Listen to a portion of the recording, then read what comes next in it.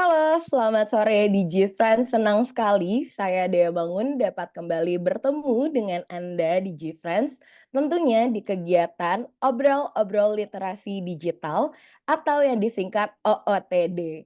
Buat kalian yang belum familiar, OOTD ini merupakan kegiatan bincang santai mengenai isu-isu relevan di seputar literasi digital.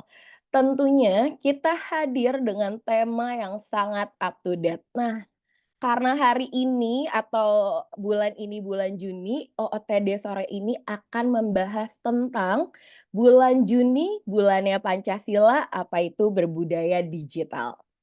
Bulan Juni dikenal sebagai bulan Pancasila di Indonesia, memperingati lahirnya dasar negara Pancasila pada tanggal 1 Juni 1945. Pancasila dengan 5 prinsip dasarnya menjadi pondasi ideologis dan moral bagi bangsa Indonesia. Seiring perkembangan zaman, implementasi nilai-nilai Pancasila juga perlu disesuaikan dengan kemajuan teknologi dan digitalisasi yang pesat. Salah satu nilai Pancasila yakini gotong royong. Indonesia kembali mempertahankan predikatnya sebagai negara paling dermawan atau gotong royong di dunia untuk keenam kalinya secara berturut-turut berdasarkan laporan World Giving Index 2023 yang dikeluarkan oleh Charities Aid Foundation. Dengan 3 indikator, yaitu menolong orang lain atau help a stranger, menyumbang uang atau donate money, dan partisipasi dalam kerelawanan atau volunteer time. Nah, berbicara mengenai berbudaya digital, ini tidak bisa hanya dijelaskan secara teoritis, tapi perlu ada contoh perilaku secara langsung. Di balik prestasi Indonesia sebagai negara yang paling dermawan atau gotong royong, juga beriringan dengan data transaksi judi online masyarakat Indonesia mencapai 327 triliun pada tahun 2023. Jumlah ini melonjak signifikan yaitu 213% dari 104,41 triliun pada 2022. Hal ini berdasarkan data PPATK tahun 2023. Nah, salah satu faktor yang mempengaruhi tingginya angka judi online yakini mengenai konsumsi konten di sosial media yang tidak tepat. Berdasarkan penelitian, setiap postingan di sosial media memiliki andil untuk mampu menginspirasi tindakan kekerasan dan tindakan pengambilan keputusan. Sehingga penelitian ini juga menunjukkan bahwa apa yang kita lihat itu mempengaruhi apa yang kita lakukan atau kalau Gen Z bilang nih disebut FOMO atau fear of missing out. Nah, pengguna sosial media dengan pengikut yang banyak atau sering disebut dengan influencer, ini juga memiliki andil yang besar dalam memberikan perspektif masyarakat. Baru-baru ini trending gacor atau menang besar, istilah yang sering digunakan dalam konteks judi online untuk menggambarkan situasi saat pemain sering menang besar, sering dibagikan oleh influencer. Data tahun 2023 menunjukkan bahwa 3,29 juta masyarakat Indonesia melakukan judi online. Pemerintah khususnya Kominfo telah memblokir sekitar 60.582 konten perjudian online. Oleh karena itu, pada kesempatan kali ini, Kementerian Komunikasi dan Informatika mengadakan sesi webinar obrol-obrol literasi digital dengan tema Bulan Juni, Bulannya Pancasila, apa itu berbudaya digital, yang akan memberikan pemahaman lebih mendalam mengenai budaya digital yang seperti apa. Bukan hanya secara teori, namun juga pemahaman yang bisa diterapkan dalam kehidupan sehari-hari, baik di kehidupan nyata maupun digital. Nah, tapi sebelumnya, DigiFriends jangan lupa subscribe dan follow channel YouTube dan Instagram @literasi_digital_kominfo ya. Karena kontennya pasti bakalan seru-seru abis dan pastinya bermanfaat. Supaya ke depannya kita bisa menggunakan internet lebih pintar, bijaksana, dan tentunya makin cakap digital. Nah, sebelum kita kenalan sama narasumber kita sore ini, saya mau ingetin dulu untuk teman-teman DigiFriends untuk mengisi link presensi yang ada di kolom chat, yaitu di s.id garis miring hadir OOTD 140624. Nah, biar teman-teman dapat e-sertifikatnya nih, gitu. Jangan lupa, nah itu udah dikirim di kolom chatnya ya. Nah, sekarang udah nggak sabar lagi pastinya teman-teman eh, udah mau kenalan nih sama narasumber kita yang pastinya keren-keren abis. Yang pertama, narasumber kita ada Mas Yosi Mokalu. Halo Mas Yosi. Mas Yosi ini sebagai Dewan Pengarah Siberkreasi. Selamat sore Mas Yosi. Selamat sore Dea, selamat sore semuanya. Selamat sore ada Kang Asep dan juga Mas Axel. Axel. Iya bener. Mari Oke. bro. Oke, nah itu yang pertama aja udah Mas Yosi keren banget. Yang kedua nggak kalah keren juga narasumber kita ada Mas Asep Kambali sebagai pendiri komunitas Historia Indonesia. Halo Mas Asep, selamat sore. Selamat sore Mbak Dea, selamat sore apa nih sebutannya DigiFriends ya Benar, buat DigiFriends Mas semuanya. Asep. Kak Yosi juga Kak Excel, selamat sore dan semuanya. Oke. Nah, yang ketiga, yang terakhir, pasti nggak kalah menariknya dan nggak kalah keren, ada Mas Aksal Hadiningrat sebagai CEO Youth Lab Indonesia. Halo, selamat sore Mas Halo Aksel. Mbak Dea, Kak Asep, Kak Yosi juga, salam kenal semua sama teman-teman yang Salam hadir kenal. daring hari ini.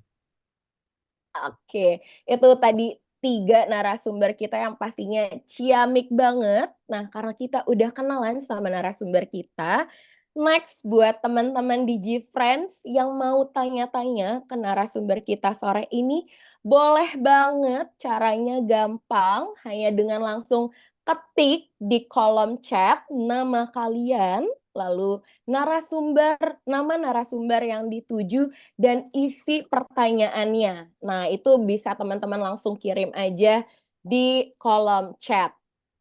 Nah, jangan lupa juga sekali lagi aku mau ingetin teman-teman untuk isi link presensi di s.id garis miring hadir OOTD 140624 untuk dapat e-sertifikatnya. Oke.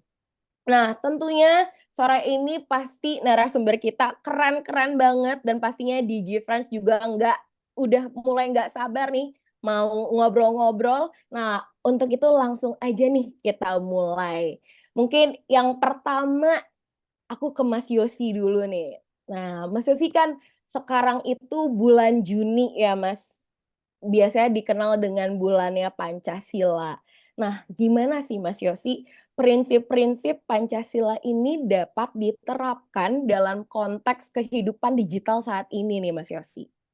Oke, Kak Dea. Jadi begini, menarik kalau ngomongin soal Pancasila adalah sesuatu yang kita peringati bukan sekedar karena em, itu adalah sebuah nilai atau dasar negara yang perlu kita ingat selalu, tetapi juga sebenarnya kalau kita mau berbicara soal menerapkan prinsip, Sesederhana ini, prinsip hanya diterapkan ketika kita tahu bahwa prinsip tersebut terbukti bisa menghasilkan sesuatu yang bermanfaat buat kita. Kita tidak akan menerapkan prinsip apapun kalau itu tidak terbukti bermanfaat buat kita. Jadi apalagi kalau kita bicara soal Pancasila, pertanyaannya seperti ini, seberapa penting Pancasila buat kita semua? Buat Gen Z atau buat audiens yang ada di sini, siapapun itu, seberapa penting Pancasila buat kita semua? Karena jangan-jangan Pancasila itu sudah degradasi kepentingannya. Tidak seperti dulu lagi ketika para pendiri bangsa ini menimbang untuk bisa memerdekakan bangsa ini dibutuhkan sebuah landasan ideologi dasar negara yang bisa membuat kita bukan cuma sekedar merdeka, tetapi juga menikmatinya dan bahkan unggul dalam kemerdekaannya. Mereka memikirkan tuh, mempersatukan dari Sabang sampai Merauke itu bukan pekerjaan yang mudah. Apalagi bangsa Indonesia itu bukan saja bermacam-macam pulau, bermacam-macam suku bangsa, bahasa, dan kepercayaan, bahkan bermacam-macam kepribadian dan kepentingan sampai saat ini. Itu membutuhkan sebuah landasan ideologi. Kita tidak hidup di masa itu, di masa di mana bangsa ini susah banget untuk merdeka. Kita sudah lebih menikmatinya. Makanya we take it for granted. Pancasila itu sekarang mungkin lebih dianggap sebagai sebuah hafalan, ada 5 sila. Kalau misalnya suatu waktu ada konten kreator yang menanyakan sila keberapa saya hafal, atau mungkin lebih kepada ya kita mesti tahu bahwa Pancasila itu adalah dasar negara dan ideologi. Tetapi sejauh lebih dari itu, belum tentu setiap kita memahami ada sebuah prinsip yang diatur dalam Pancasila itu sebenarnya kalau diterapkan itu memberikan sebuah manfaat yang besar bagi kita sebagai anggota dari bangsa ini, warga negara Indonesia. Loh, begini, makanya kita untuk menjadikannya sebuah prinsip yang penting dan kita mau menerapkannya, kita harus memposisikan diri kita kembali kepada masa-masa tersebut, di mana Pancasila ini awal-awal menjadi sebuah perjuangan, ya karena Pancasila itu tidak jadi dalam sehari. Kang Asep tahu benar nih, kalau ahli sejarah tuh biasanya tahu. Pancasila itu tidak jadi dalam sehari, itu ada prosesnya. Ada yang mengusulkannya bukan cuma satu orang, ada badan, bahkan ada badan. Ya bukan cuma sekedar ahli sejarah, ahli-ahli kebangsaan yang merumuskannya, bahkan sampai dibuat badan untuk merumuskan sebuah ideologi. Kenapa? Karena pendiri bangsa ini berpikir, saya ini mau memerdekakan bangsa, ini bukan cuma sekedar pengakuan de facto de jure, ini juga harus ada internalisasi yang kuat antara warga negaranya. Mereka harus hidup dalam kerukunan. Oleh karena harus diatasi, nomor satu adalah perbedaan-perbedaan. Sudut pandang. Ketuhanan yang Maha Esa itu berbicara soal karena mengerti yang mau dipersatukan itu dari Sabang sampai Merauke. Dan di tengah-tengah itu ada, misalnya, ada Bali yang Hindu semuanya, misalnya gitu ya. Ada daerah di negara Indonesia bagian timur yang mayoritas Katolik atau Kristen. Jadi ini harus disatukan. Kita nggak bisa merangkul semuanya tanpa ada satu pemahaman kesatuan. Kita tidak fokus sama perbedaannya, tapi kita ingin mempersatukan. Penting untuk menerapkan yang namanya ketuhanan yang Maha Esa. Makanya kan sekarang kalau isunya yang lagi dipertanyakan itu ada sebuah saya termasuk yang mempertanyakan karena saya bingung karena dulu diajarinnya beda ya ini masih tahap bukan membahas mempertanyakan. Saya diajarinnya di butir Pancasila ketuhanan yang Maha Esa itu toleransi antar umat beragama itu salah satunya ya dengan mengucapkan selamat kepada yang beragama berbeda gitu kan. Sekarang kan ada satu keputusan baru yang dikeluarkan untuk jangan. Jadi ya saya bingung yang benar yang zaman dulu apa yang sekarang. Cuman sampai di tahap situ saja. Marilah berdiskusi masing-masing saja. Tapi anyway, prinsip-prinsip ini ternyata penting. Jadi kalau saya disuruh menjelaskan dengan cepat kenapa itu penting, saya cuma bilang kayak gini.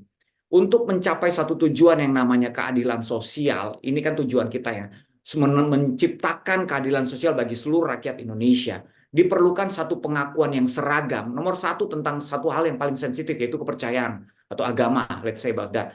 Kita satukan aja di situ. Kita adalah bangsa yang punya Tuhan. Kita percaya akan adanya pencipta. walaupun dengan cara pendekatan kita masing-masing berbeda, tapi kita satukan aja dulu di situ. Lalu hanya orang-orang beragamalah orang yang mengerti yang namanya kemanusiaan. Karena kalau tanpa adanya Tuhan, bagaimana mungkin kita bisa mengerti ciptaan yang namanya manusia sama di matanya. Kemanusiaan itu dan agama itulah yang akan membuat proses persatuan Indonesia semakin mudah dibentuk. Tetapi PR-nya, ini sila keempat nih banyak memegang kunci nih. Karena sila keempat itu mengatur di mana dalam sebuah kesatuan, perbedaan itu tetap akan terjadi. Bagaimana caranya mengatur perbedaan tersebut, letaknya di sila keempat. Kita harus memposisikan diri kita semuanya bukan cuma DPR MPR yang wakil rakyat. Kita semua mewakili rakyat. Kita adalah perwakilan dari rakyat. Kita mau jadi pemimpin. Kita berpikir kerakyatan. Makanya wajar kalau begitu tapera keluar, ada yang resah, ada yang berpikir ini menguntungkan rakyat atau tidak. Itu pemikiran yang lahir dari kerakyatan. Jadi yang paling penting di situ adalah kata hikmat kebijaksanaan. Apakah kita dalam kerisauan kita, keresahan kita memikirkan rakyat, kita memakai cara yang bijaksana atau tidak? Iya kan? Dan yang paling penting juga adalah permusyawaratan. Karena permusyawaratan itu tidak berbicara soal menang kalah. Ini kedewasaan untuk mengambil sebuah keputusan bukan berdasarkan mayoritas atau minoritas, tetapi keputusan yang bisa merangkul semua kepentingan. Keputusan yang ya memang harus ada yang mengalah, harus ada yang berbesar hati, tetapi semuanya, semua kepentingan, semua kebutuhan terjawab oleh keputusan tersebut. Nah, Pancasila betapa kerennya itu. Tadi kan Dea sempat membaca tuh latar belakang bahwa ada dibutuhkan. Kita ini paling tinggi dalam hal gotong royong. Karena perahan dari Pancasila adalah gotong royong. Atau dalam bahasa relevannya adalah kolaborasi. Jadi tentu saja menjadi penting untuk menerapkan prinsip-prinsip Pancasila tersebut dalam kehidupan kita sehari-hari. Karena sesungguhnya sekarang yang dicari bukan sekedar pemimpin, tetapi juga pemimpin yang mampu berkolaborasi, menciptakan kesempatan kolaborasi di antara warga masyarakat, khususnya di ruang digital. Itu saja dulu deh. Nanti kayak pemaparan panjang banget. Oke, berarti yang satu poin yang aku tangkap adalah dari prinsip Pancasila ini kita harus punya sebagai pemimpin harus punya membuka kolaborasi untuk banyak hal gitu ya Mas, dan kita harus memaknai proses terbentuknya dari Pancasila agar kita lebih memaknai prinsip-prinsip dari Pancasila itu yang diterapkan ke kehidupan gitu ya Mas Yosi ya? Oke deh. Oke. Nah, aku mau ke Mas Asep nih kali ini. Nah, Mas Asep, gimana sih Mas Asep untuk pentingnya inklusivitas dan keadilan sosial dalam akses dan penggunaan teknologi digital nih Mas Asep?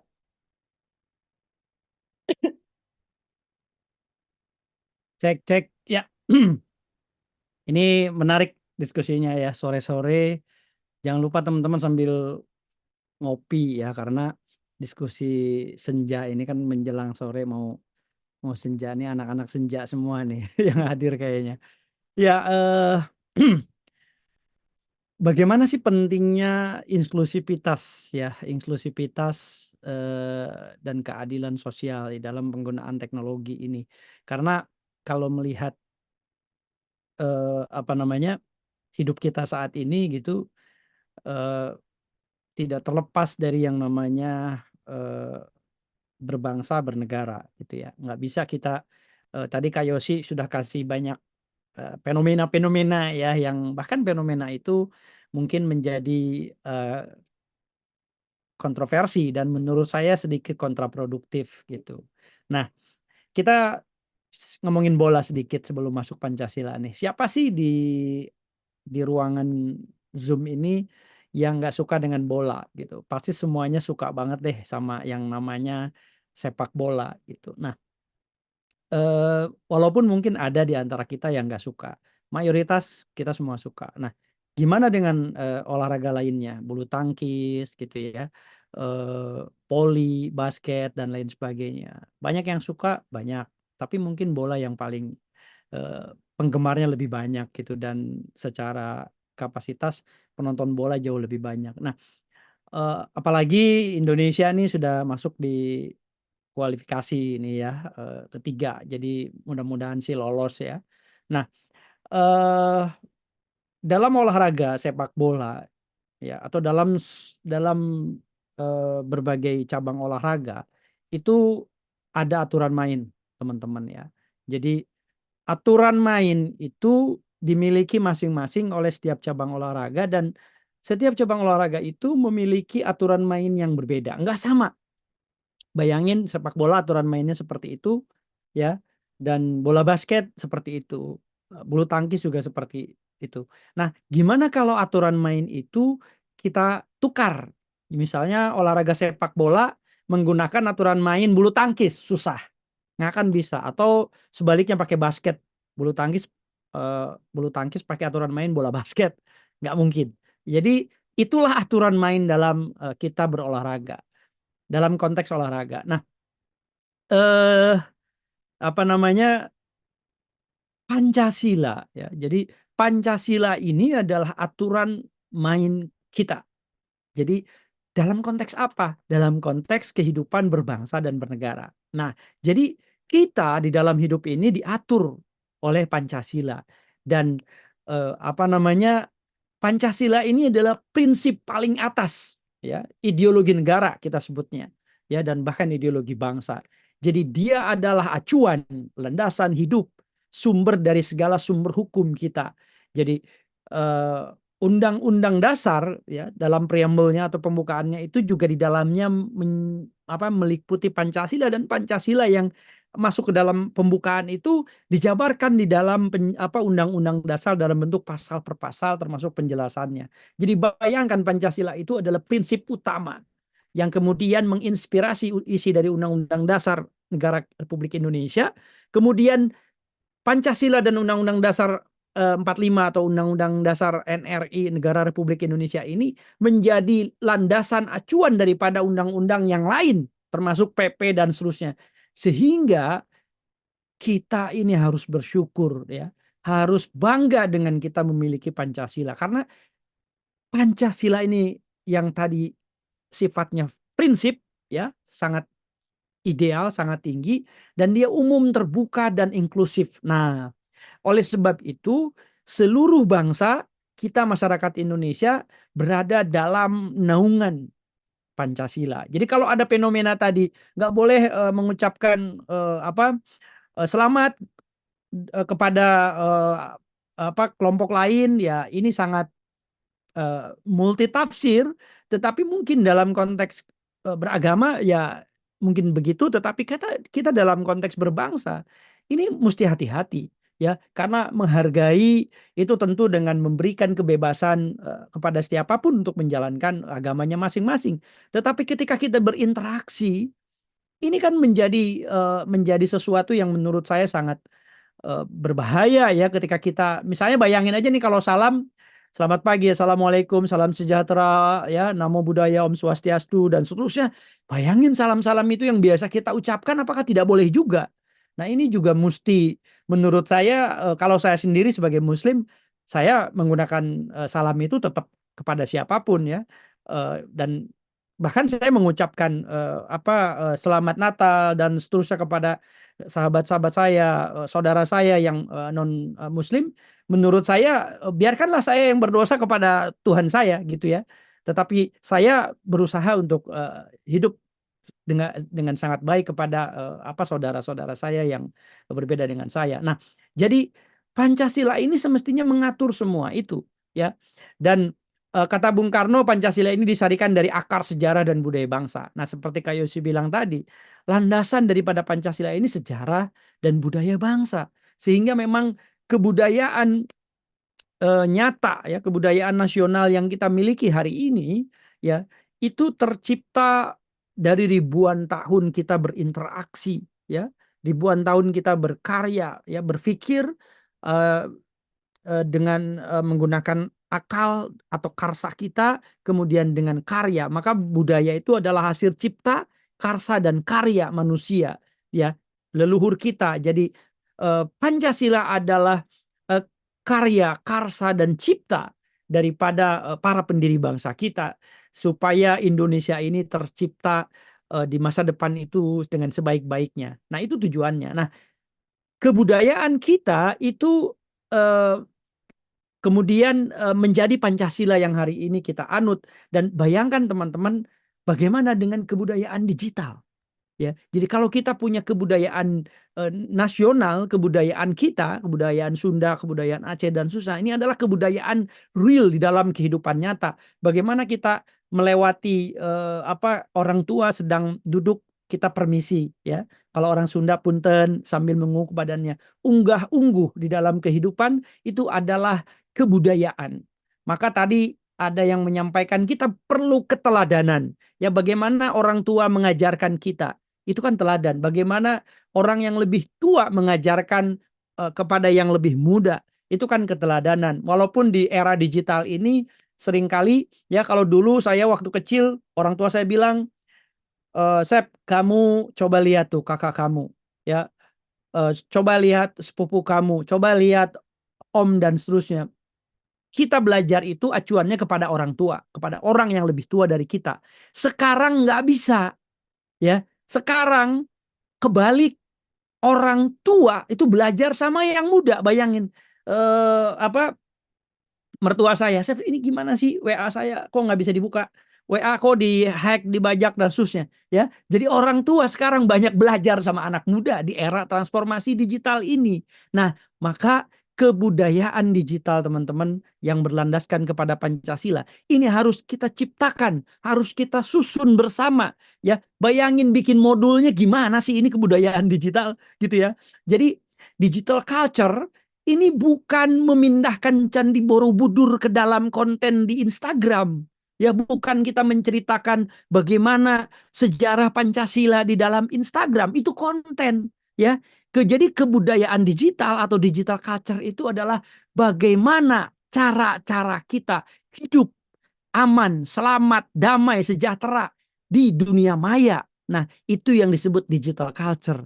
Jadi Pancasila semestinya adalah landasan kita untuk menciptakan kebudayaan digital di dunia maya supaya kita bisa selamat, aman. Bayangin kemarin, ya, ada yang upload video, ada orang mukul anjing, ya, ternyata dia nggak ngelihat kejadian sebelumnya. Nah, ini kan kita terlalu cepat menyimpulkan.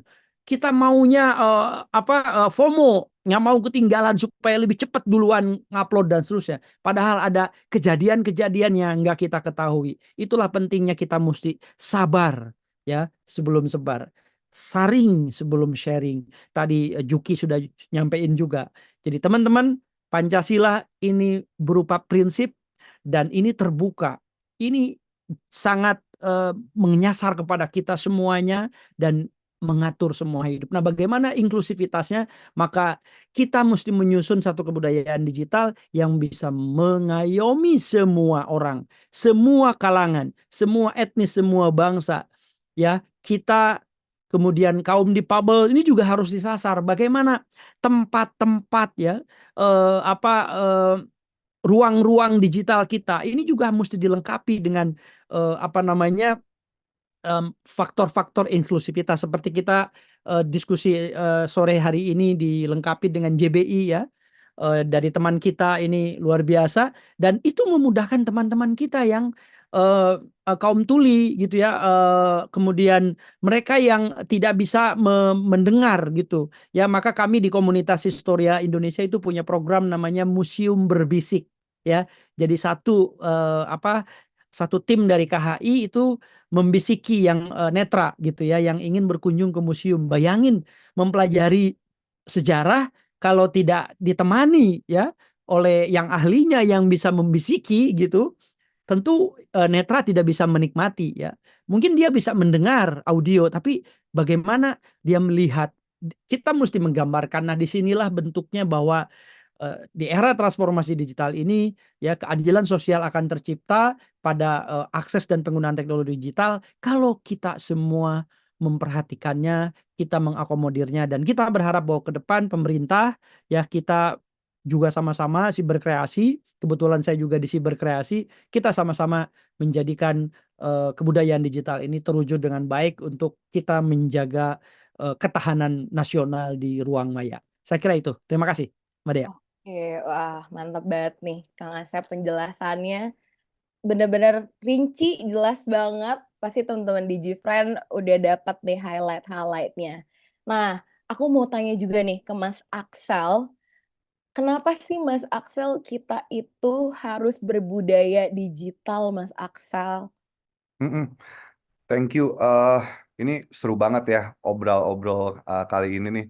Hubungannya antara Pancasila dan budaya digital gitu. Pancasila berarti kita bisa lihat bahwa Pancasila itu sebagai dasar pemikirannya top of mind manusia masyarakat Indonesia itu punya relevansi yang cukup kuat ke berbagai generasi gitu. Mau generasi yang waktu zamannya dulu masih tradisional gitu, konvensional sampai ke arah digital gitu. Ternyata relevansinya tuh cukup kuat gitu dan bisa kita pertanggungjawabkan ternyata karena ada diskursus ini buktinya gitu kan, terutama buat apa kalau kita ngomongin tentang budaya tuh menarik banget nih, ada Kang Yosi kan. Kang Yosi tuh saya fans banget Project Pop kan, jadi kalau misalkan di albumnya Pop Oke itu kan ada kan Dangdut is the music of my country kan, itu udah menciptakan bahwa ekspresi berbudaya masyarakat Indonesia itu tuh sebenarnya tinggi sekali gitu kan. Dangdut itu adalah sebuah kebudayaan yang cukup jadi kebanggaan yang punya common sense buat masyarakat. Nah, lebih jauh lagi tentang budaya digital nih sekarang nyambung gitu. Nah, ini menarik banget gitu kan. Kita di Youth Lab itu udah hampir 15 tahun meneliti tentang anak muda Indonesia. Ada fenomena yang cukup memprihatinkan ya, kalau bisa aku bilang gitu. Dari tren aktivitas anak-anak muda ini menggunakan digital media gitu. Kita ada term namanya di Youth Lab itu namanya digital hippies, di mana digital hippies itu adalah anak-anak muda nih, tren anak muda menggunakan sosial media yang berlebihan itu, mereka itu tidak memiliki tujuan apapun gitu. Mereka tuh hanya ingin bebas, hanya ingin mengejar likes, hanya ingin mengejar comments, hanya ingin mengejar views gitu kan, tanpa ada akhirnya dasar substansi pemikiran mereka tentang bagaimana akhirnya penggunaan sosial media ini itu memiliki atau disinyalir bisa berdampak negatif bagi kesehatan mental mereka gitu. Makanya muncul itu tadi ya FOMO gitu kan. Terus ada lagi FOBO gitu kan. Itu banyak banget gitu. Karena base-nya itu mereka adalah tentang kecemasan mereka kalau mereka ketinggalan sesuatu yang sifatnya itu cepat gitu. Jadi mereka tuh kalau aku lihat ya, kalau misalkan kita mau berbudaya dalam apa namanya menggunakan digital ya, berbudaya mengadopsi budaya Pancasila ke dalam kehidupan digital, kita harus tahu juga bahwa ada unsur-unsur negatif dari budaya-budaya digital yang sudah terkoneksi di seluruh dunia ini tuh yang sebetulnya tuh tidak Pancasilais gitu.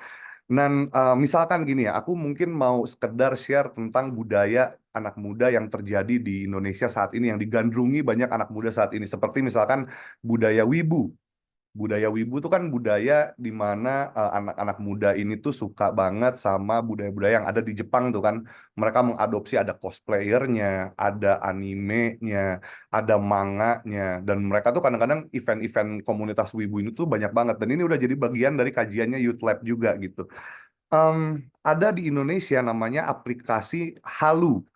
Jadi Halu ID ini tuh adalah semacam, kalau misalkan teman-teman di sini tahu OnlyFans, di mana kita itu misalkan ngefans sama satu cosplayer gitu ya. Terus habis itu cosplayer ini tuh dia nanti akan ngebuka, kalau kita misalkan cosplayer ini tuh nanti jadi gini, misalkan saya usernya Halu ID nih, terus habis itu saya subscribe ke satu cosplayer yang kita sukai gitu. Nah kita bayar tuh, bayarnya bisa macam-macam sekarang, bisa pakai GoPay, bisa pakai macam-macam tuh, pakai commerce yang lain. Nah mereka itu erat sekali, rentan sekali sama konten-konten yang sifatnya tuh erotis. Nah, ini yang jadi berbahaya juga buat apa namanya anak-anak muda di Indonesia gitu, bahwa apa namanya exposure terhadap konten-konten erotis itu sekarang tuh seamless sekali gitu. Terbukti di Halu ID ini misalkan untuk komunitas wibu. OnlyFans mungkin nggak familiar karena diblokir di Indonesia gitu. Lalu juga nyambung ke konten-konten game online misalkan gitu ya, dalam apa namanya ranahnya kehidupan atau aktivitasnya anak muda gitu. Ada di game apa namanya di game online itu tuh potensi anak muda itu semacam kayak digiring untuk supaya mereka bisa familiar ketika mereka nanti bermain di judi online gitu. Jadi mereka itu dilatih menggunakan game online terbiasa untuk mendapatkan reward, achievement gitu kan, dapat token dari situ. Dan mereka akhirnya hasrat emosional mereka untuk selalu bisa achieve something dari game ya, itu tuh menghadirkan anxiety buat mereka gitu, supaya mereka bisa terus. Nah, nyambung akhirnya mereka itu secara nggak langsung melalui game-game online ini, mereka itu udah nanti ke depan mereka main judi online gitu, udah terbiasa dengan struktur-struktur leveling game yang ada di judi online gitu. Dan penggunaan sistem ini justru berdampak sangat negatif. Kalau misalkan kayak di judi online itu kan kayak ada gacha tuh, misalkan kayak gacha. Nah, gacha ini tuh kan something yang sebetulnya kayak mereka dapat reward, habis itu mereka satisfying gitu. Apalagi kalau di judi online, satisfaction-nya itu bukan lagi tentang hasrat emosional, melainkan mereka dapat benefit yang sifatnya itu materi gitu. Mereka gambling kan di sana gitu kan. Nah, lalu akhirnya kalau misalkan kayak kita bisa lihat gitu ya dari apa namanya kajian-kajian yang ada di Youth Lab gitu. Berbudaya digital itu tuh bukan tentang hanya akhirnya kita Pancasila ini bisa mencerdaskan individu anak muda Indonesia, tapi juga kita harus bisa kritis untuk membaca perkembangan teknologi yang ada ke depan.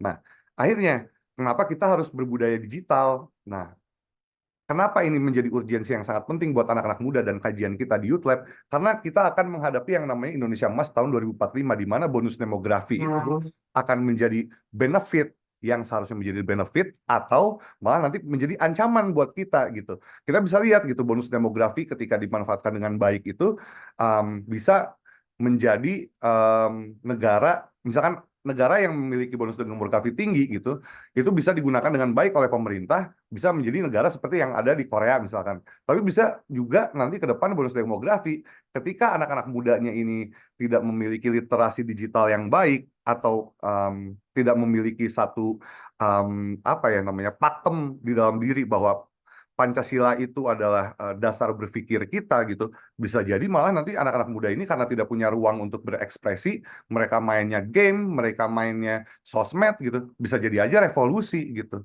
Karena mungkin kita sebagai generasi yang menghantarkan generasi 2045 Indonesia Emas ini tidak memberikan platform bagi mereka untuk berkreasi gitu. Sehingga ya itu tadi gitu, konten-konten erotis, pornografi, lalu ada digital hippies dan lain sebagainya, itu semua tuh punya tendensi untuk menggiring kita ke arah-arah yang negatif gitu. Sehingga akhirnya diskursus ini itu sangat penting gitu buat pemerintah memberikan edukasi buat anak-anak muda bahwa percepatan teknologi ini adalah sebuah keniscayaan, tapi di satu sisi kita juga adalah manusia yang berpikir gitu. Kita harus berpikir bahwa ada loh sesuatu yang negatif dan filternya mungkin dari pemerintah nggak bisa menjangkau semuanya, tapi harus dari diri kita sendiri yang bisa memfilter itu. Jadi berbudaya digital adalah akhirnya bagaimana kita harus berpikir mana yang baik buat kita dan mana yang jelek itu kita tinggalkan gitu. Jadi ambil baiknya terus hilangkan jeleknya. Kurang lebih kayak gitu sih ya. Oke, mantap banget.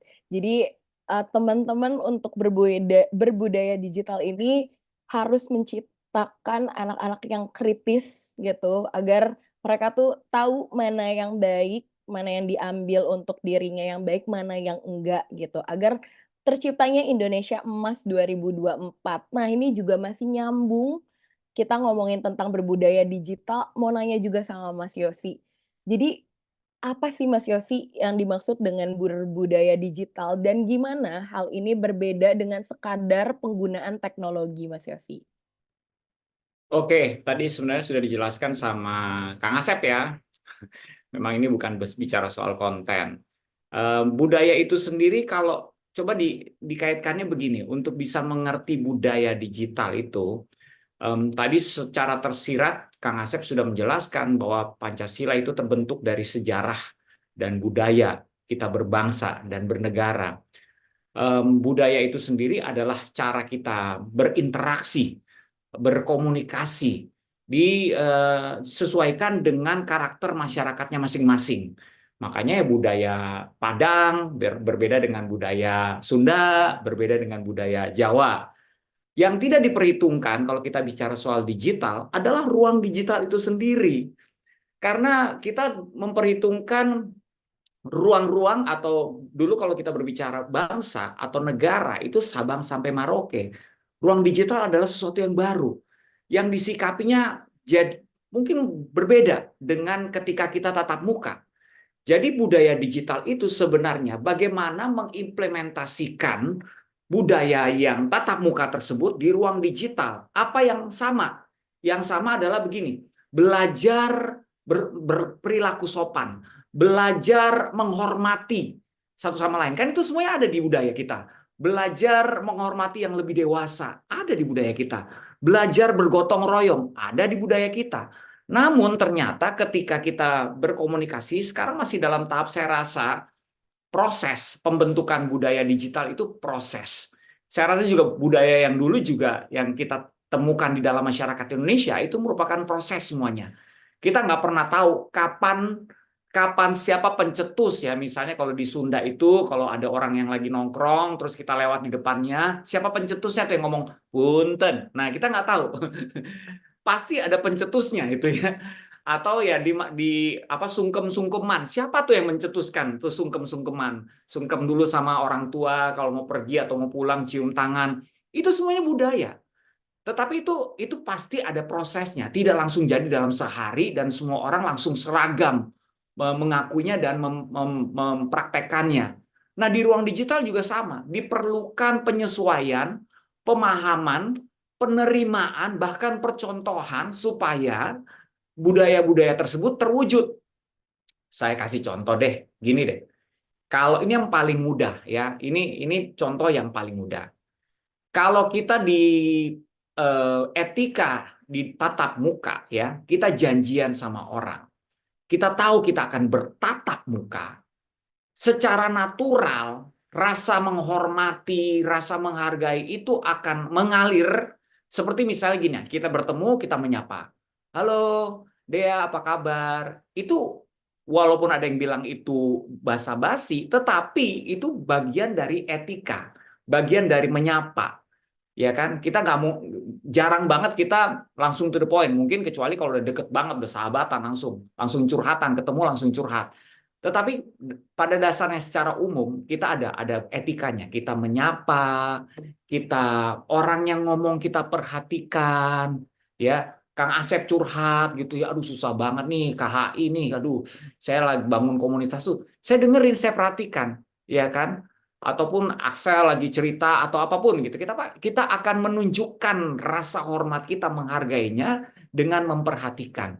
Nah pertanyaannya kan sederhana banget ya, kita mengakui itu adalah sebagai bagian dari etika, budaya, menghormati. Apakah hal tersebut berlaku di ruang digital? Kan belum. Kenapa? Karena di ruang digital orang masih berpihak kepada kenyamanannya masing-masing. Makanya saya kasih kata proses, saya kasih kata belum. Saya berharap di suatu saat nanti orang tahu bahwa saya kalau hadir di ruang digital, saya harus menunjukkan rasa hormat yang sama. Saya misalnya, jika saya tidak punya halangan untuk mengaktifkan kamera saya, kenapa saya tidak mengaktifkan? Karena saya mau menghormati yang bicara, sama halnya yang bicara mau menghormati saya. Itu terjadi di ruang tatap muka, tapi di ruang digital belum terjadi. Lalu di ruang sosial media, kalau kita bertatap muka, kita akan punya satu perbedaan pendapat aja, kita akan ngomong gini, maaf, sorry saya berbeda. Ada satu kesopanan, karena kita tahu siapa yang akan kita kritisi atau kita ajak berargumentasi, orangnya ada di depan kita. Kita menghargai keberadaannya. Namun kalau kita di ruang digital, hal tersebut kan tidak serta-merta terwujud. Kenapa? Karena satu, kita sendiri tidak memperhitungkan diri kita hadir. Kalau kita pakai akun anonymous, kita tidak memperhitungkan diri kita ada di situ. Jadi wajar-wajar saja kalau kita mau mengkritisi dengan nyinyir, mau berbicara dengan lantang dengan bahasa yang tidak sopan. Karena apa? Karena kita tidak memperhitungkan diri kita hadir. Lain halnya orang-orang yang pakai akun-akun dan tahu betul akunnya ini bisa dilihat terbuka, ya orang bisa melihat akunnya. Mereka akan lebih memperhatikan perkataannya mungkin ya, karena memperhitungkan dirinya hadir. Nah ini contoh-contoh yang paling gampang. Kenapa secara digital, budaya digital itu belum serta-merta terwujud, ya masih berproses. Walaupun dalam hal kolaborasi kita menunjukkan sisi kemanusiaan yang tinggi, Ya kan kita menangnya di situ semua tuh. Tetapi ternyata dalam hal berkomunikasi dan berinteraksi masih PR sebenarnya. Kalau boleh jujur ya, ayo pada jujur ya.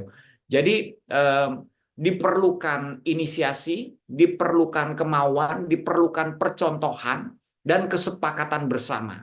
Kenapa saya bilang kesepakatan bersama? Ini kalau kesepakatan bersama memang harus ada leadersnya. Misalnya saya sama Kang Asep itu pernah ikutan yang namanya kita Lemhanas ya, pemantapan nilai-nilai kebangsaan. Di situ aturannya jelas. Kalau apalagi saya ikut yang virtual. Kalau yang virtual itu harus mengaktifkan kamera. Nah, diharuskan. Jadi kita mengaktifkan kamera. Kita tidak bisa tidak mengaktifkan kamera. Diharuskan. Jadi karena diharuskan, sama kayak misalnya di budaya. Saya nggak tahu siapa yang akan memberlakukan, mungkin di kantor. Kalau meeting di kantor, bosnya bilang, hey, tidak ada yang tidak mengaktifkan kamera. Nah, semuanya akan mengaktifkan kamera. Hey, tidak ada yang ini ya. Jadi ada satu kesepakatan bersama dan juga satu lagi percontohan. Kalaupun sampai tidak ada komando seperti itu, ada yang mau mencontohkan. Sehingga itu menjadi sebuah, sebenarnya apakah itu bermanfaat buat orang-orang yang kita pertanyakan kembali? Ya manfaatnya memang tidak dirasakan sekarang. Tetapi kalau saya selaku narasumber misalnya ya, atau saya selaku peserta, saya hanya bisa menyapa mereka dengan jujur dan tulus, mereka yang terlihat. Zamannya pandemi itu kalau kita literasi digital, saya hanya menyapa yang terlihat. Halo Dea, apa kabar? Halo Kang Asep, apa kabar? Halo Kang Excel, apa kabar? Tapi yang tidak terlihat ya, saya cuma bisa menyapa namanya tanpa tahu orangnya ada di mana. Saya nggak bisa berasumsi. Ya, jadi itu contoh bahwa budaya digital ternyata memang lebih dalam daripada sekedar bikin konten. Memang harus kembali menghadirkan apa yang kita kenal secara tatap muka ke ruang digital. Begitu. Berarti dengan contoh kita on cam aja dengan menggunakan nama asli kita itu salah satu contoh yang baik saat Ya. kita berbudaya digital ya Kang Yossi ya berarti. Ya. Nah ini nyambung nih dengan yang tadi Mas Yotsi bahas sebenarnya nih. Aku mau tanya ke Kang Asep. Gimana sih cara mendorong sikap kritis terhadap informasi yang beredar di dunia digital serta sikap toleran terhadap perbedaan pendapat namun tidak berujung bullying. Nah, mungkin langsung aja nih Kang Asep.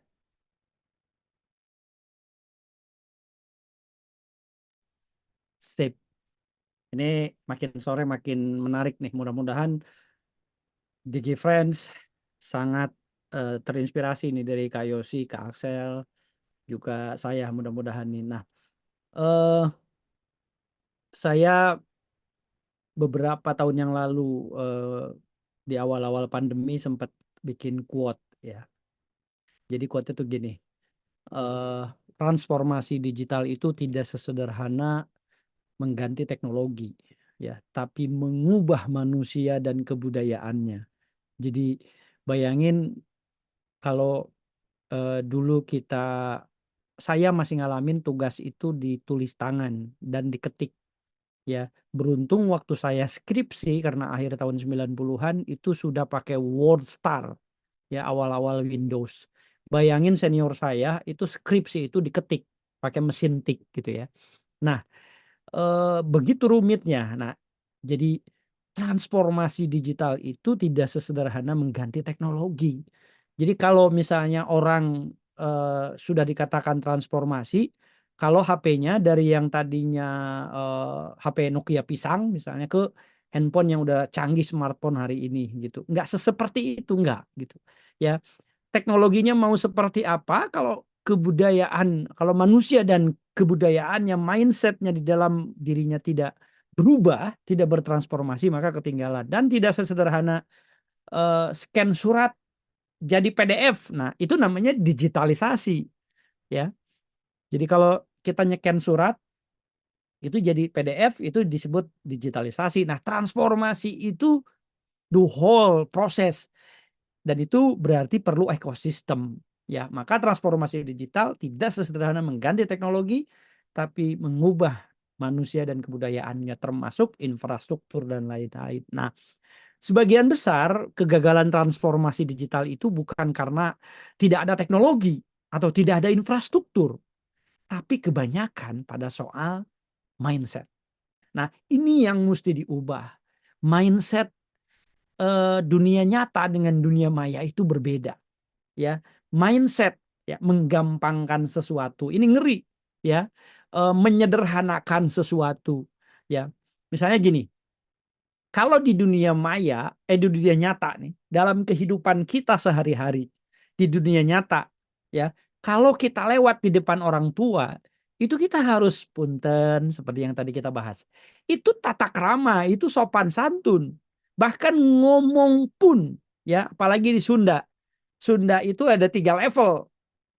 Ke bawah kita, kalau kita ngomong, ya, ke sepantaran kita, seumuran, ya, dan ke yang di atas orang tua itu berbeda cara ngomongnya.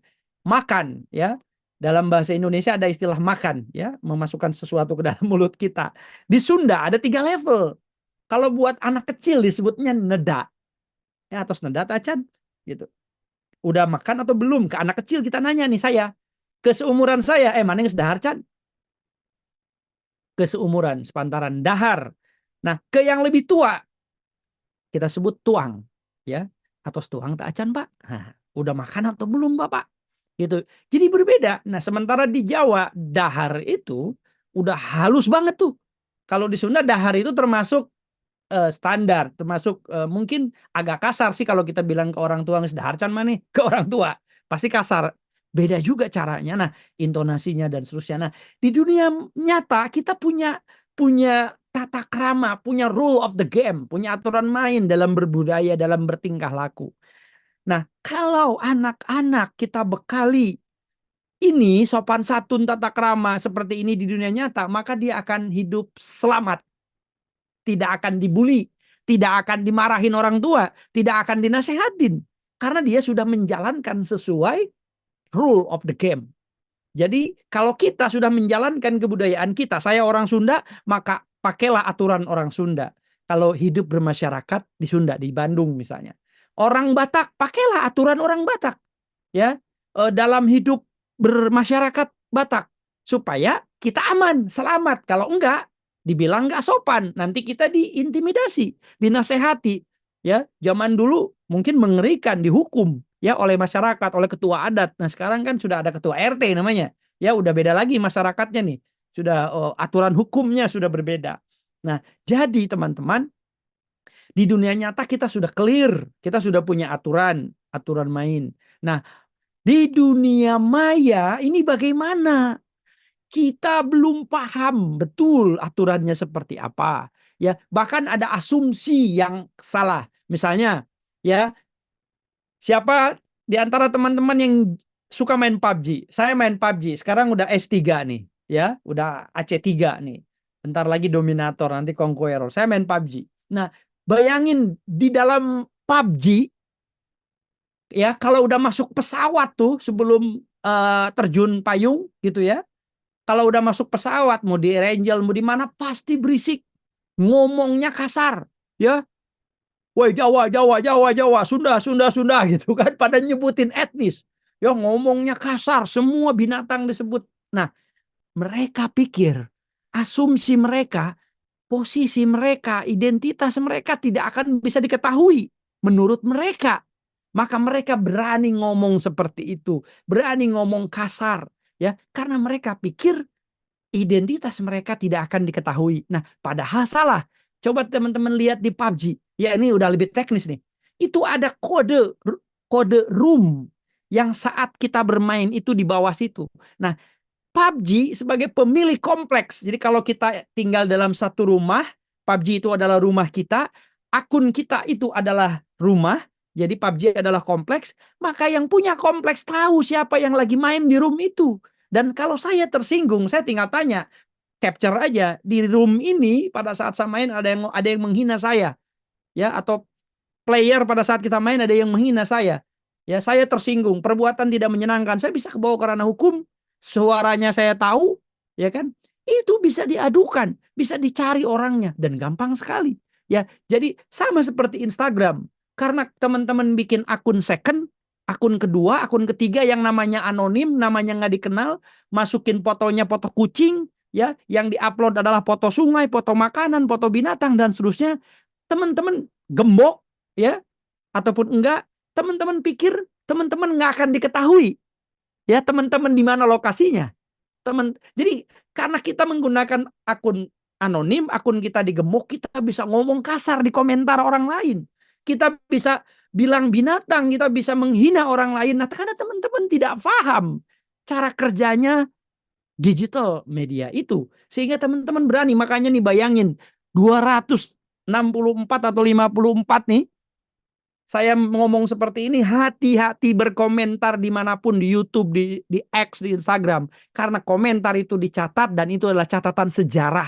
Jadi kalau teman-teman tinggalkan, masa depan teman-teman bisa suram kalau ngomongnya kasar. Karena SDM ya, HRD itu akan dengan mudah menemukan jejak digital teman-teman. Dan ketika ada yang tersinggung seperti saya, misalnya tersinggung dengan perkataan komentar teman-teman yang kasar, ya, si Asep ini botak, sotoy, wah dia menghina saya dengan bahasa binatang dan sebagainya. Saya tersinggung, saya tinggal capture. Teman-teman mau ganti nama, teman-teman mau delete akun, teman-teman tetap bakal ketahuan. Ya, hati-hati, ya. Mau digembok, teman-teman bakal ketahuan. Nah, ini yang teman-teman nggak sadar. Kenapa bisa tahu? Karena itu ada email di HP kita. Ya, ada IP address. Dua ini yang menjadi landasan, di capture dan seterusnya. Dan itu gampang sekali mencarinya. 2-3 hari bisa ketemu. Nah, jadi teman-teman, itulah yang disebut makanya bagaimana kita bisa bersikap toleran, bagaimana kita bersikap di dunia maya itu manakala kita paham bahwa kita semestinya membawa aturan main di dunia nyata itu persis ke dunia maya. Jadi kalau di dunia nyata harus sopan, maka di dunia maya pun kita demikian, harus sopan. Nah, bagaimana kemudian cara kita berpikir kritis? Nah, berpikir kritis itu dipengaruhi oleh personal development skill kita. Jadi kalau teman-teman, ini dia cara kita menggunakan gadget kita, ya, gawai kita, kalau hanya sekedar buat main PUBG, ya, buat nonton, buat main TikTok dan seterusnya, dan sementara itu hanya konsumsi biasa, ya, sampai lupa belajar, maka teman-teman sudah di jalan yang sesat. Ya, hati-hati, gunakan PUBG, TikTok dan seterusnya itu untuk mengembangkan kapasitas diri. Ya, bayangin dulu saya kalau mau tahu sesuatu itu harus baca buku. Ya, sekarang teman-teman mau tahu sesuatu cukup nonton reel saja, teman-teman bisa tahu bagaimana caranya masak ini, bikin itu dan seterusnya. Jadi jadikan PUBG, jadikan Instagram, jadikan TikTok dan seterusnya untuk membangun kapasitas diri. Ya, maka belajarlah di situ. Ya, bangun networking yang baik dengan sesama player supaya nanti kemana-mana enak. Saya pernah ke Medan, ya, ke Jogja, ketemu sama pemain PUBG, ya, berteman dengan saya. Nah, kan jadi networking, jadi bagus. Tapi hati-hati ada penipuan di situ. Jangan sembarangan ngikutin. Jangan sampai transfer ini, transfer itu. Makanya dengan belajar membangun kapasitas diri, ya, ada 2 hal misalnya dalam personal development skill itu, improve your strengths and talents, kemudian better yourself. Nah, 2 ini bagaimana mengembangkan kemampuan kita, ya, bagaimana menjadikan diri kita lebih baik, maka salah satunya adalah dengan membaca dan membangun jejaring. Ya, jadi membaca itu kan kalau sekarang nonton reels, nonton TikTok itu bisa disebut membaca. Jadi nggak perlu baca buku, makanya toko buku di mana-mana sudah banyak yang tutup, orang sudah jarang beli buku. Sekarang kita udah mulai eranya PDF, kita belajar di online resources gitu kan. Nah, jadi teman-teman bayangkan kalau kita berbuat kasar di sosial media, kita akan mendapatkan yang kasar. Ya, akan mendapatkan perlakuan yang sama. Ya, kalau kita ngomong baik di internet, di sosial media, maka kita juga akan mendapatkan hal yang baik. Ya, jadi dan sekali lagi juga sama. Kalau di dunia nyata kita suka makan sop kambing, wah, badan kita akan kolesterolan. Kalau kita suka makan gula, kita akan diabetes. Terlalu banyak minum minuman berpemanis buatan, minuman berperwarna, maka hati-hati diabetes. Dan saya sudah punya banyak teman seumuran saya, seumurannya Kak Yosi, ya, yang kena serangan jantung, kena diabetes dan seterusnya. Makanya saya sudah tidak gula dan seterusnya. Nah, ini adalah yang kita konsumsi di dunia nyata. Bayangin kalau kita nonton konten pornografi, ya, main judi online, maka kita akan rusak. Otak kita akan rusak, Oh, sosial media kita akan rusak, semuanya akan rusak. Jadi hati-hati. Apa yang kita konsumsi di dunia digital, di media digital, itu akan berdampak kepada kita. Kalau negatif, maka kita akan negatif. Kalau positif, maka kita akan positif. Nah, jadi bullying bener nggak akan banget. hadir kalau kita berbuat positif. Begitu. Oke, Terima kasih. mantap banget nih, lengkap banget dari Mas Asep. Jadi teman-teman yang punya anonimus akun, jangan Hati-hati. percaya diri karena tidak terdetek, karena tetap aja itu bisa dicari ya gitu ya Mas Asep ya. Nah, Betul. nih kalau kita lihat diskusi kita panas banget gitu, seru banget. Mungkin untuk mengingat waktu, boleh nih jawabannya, narasumber-narasumber yang asik banget lebih dipersingkat lagi gitu. Siap, sorry. Nggak apa-apa. Nah, ini aku langsung mau ke Mas Aksel nih. Tadi mungkin Mas Aksel udah ngejelasin Ya, FOMO itu tuh, kadang jadi negatif gitu ya Mas Aksel ya. ya. Tapi sebenarnya FOMO itu kan nggak selamanya negatif gitu ya Mas. Mm, mm, mm. Namun ya seringkali dia, dikaitkan dengan hal yang merugikan. Nah, jadi gimana sih seharusnya kita itu menghadapi FOMO di masyarakat ini Mas Aksel?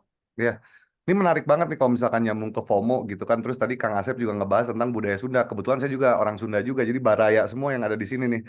Jadi benar tuh kalau misalkan kayak kita ngomong makan gitu kan, ada neda, ada dahar, ada tuang gitu kan. Sama kalau misalkan saya ngomong, aduh, saya sekarang wareg nih gitu, kenyang gitu kan. Nah, kalau kita ngomong sebeh itu udah nggak boleh tuh. Itu udah apa namanya melebar, Kasar. kasar. Udah ini jelek banget kan. Nyambung ke FOMO gitu kan. Ada lagunya Kang Yosi itu saya suka banget gitu kan, apa what you gonna do kalau kamu feeling blue. Nah, blue tuh kan feeling blue tuh feeling resah ya, feeling sedih, resah gitu. Nah, FOMO positif negatif itu udah jelas negatif gitu. Karena apa? Base-nya itu adalah fear. Nah, ketika orang kita ketakutan gitu ya, kalau misalkan kayak di film itu kan ada namanya plot driven sama karakter driven gitu kan. Karakter yang fear gitu kan, diketemuin sama musuhnya, udah pasti ketakutan gitu. Jadi fear karena kecenderungan yang negatif itu gitu kan. Jadi kita tuh nggak boleh sesuatu itu harus based on karena kita tuh aduh karena kita ketinggalan sesuatu kita tuh jadinya takut gitu. Jangan. Tapi kalau kita ketinggalan sesuatu kita harus punya rasa curiosity yang tinggi gitu. Kita harus punya rasa penasaran yang tinggi. Karena kita uh, ngulik lagi lebih jauh gitu. Bukan karena tentang bagaimana, aduh, gue takut nih temen gue udah lebih jauh tahu duluan nih, gue belum gitu. Akhirnya gue FOMO. Nah, FOMO itu udah pasti negatif.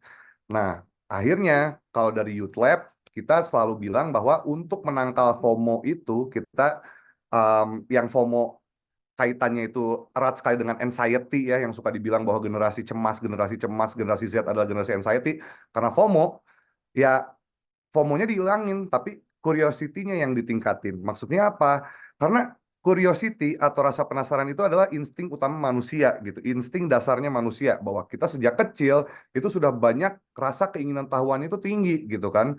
Nah, seperti anak kecil kalau misalkan kita lihat apa namanya tolong jangan deketin main korek gitu karena itu nanti bakal bikin api bikin panas, bila kena kulit bisa sakit. Nah, itu kan tapi tetap aja gitu anak kecil mah terus aja pengen tahu kenapa sih gitu. Nah, itu tuh curiosity gitu. Kalau FOMO itu beda gitu.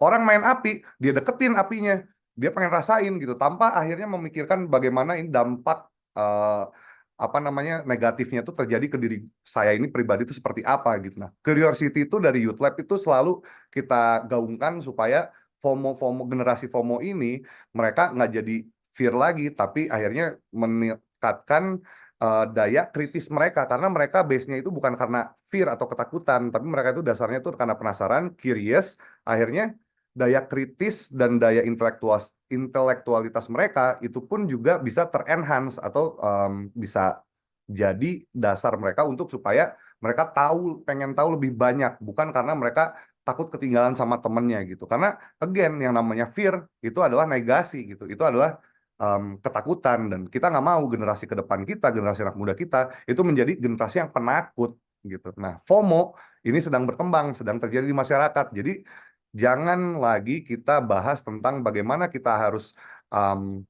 takut ketinggalan zaman, tapi kita harus berani menghadapi zaman, yaitu dengan curious, cari tahu ada konten yang jelek, ya kita harus tahu, oh ini jelek buat kita, ini nggak sesuai dengan kita buang. Ada konten yang baik, oh ini akan jadi bahan dasar kita untuk meningkatkan daya intelektual kita atau daya pengetahuan kita, knowledge kita gitu. Sehingga ya kalau bisa dibilang gitu, definisi yang kita jelaskan di Youth Lab gitu banyaknya ya, kritis itu adalah sebuah mindset gitu. Nah, benang merahnya kritis adalah curiosity, kurang lebih kayak gitu ya. Oke, mantap. Jadi FOMO itu udah pasti Pasti negatif, merugikan, udah pasti pasti, negatif. Jadi biar nggak FOMO harus curiosity-nya yang harus ditingkatkan gitu ya Mas Axel ya? pasti. Oke. Nah, aku mau lanjut lagi nih ke Mas Yosi. Nah, gimana sih Mas Yosi menerapkan nilai-nilai etika dan moral Pancasila dalam interaksi digital, termasuk dalam media sosial, habis itu e-commerce dan komunikasi online nih Mas Yosi? Oke, jadi kalau kita lihat tadi saya sempat mention bahwa sila keempat itu yang mengatur bagaimana kita menjaga persatuan Indonesia.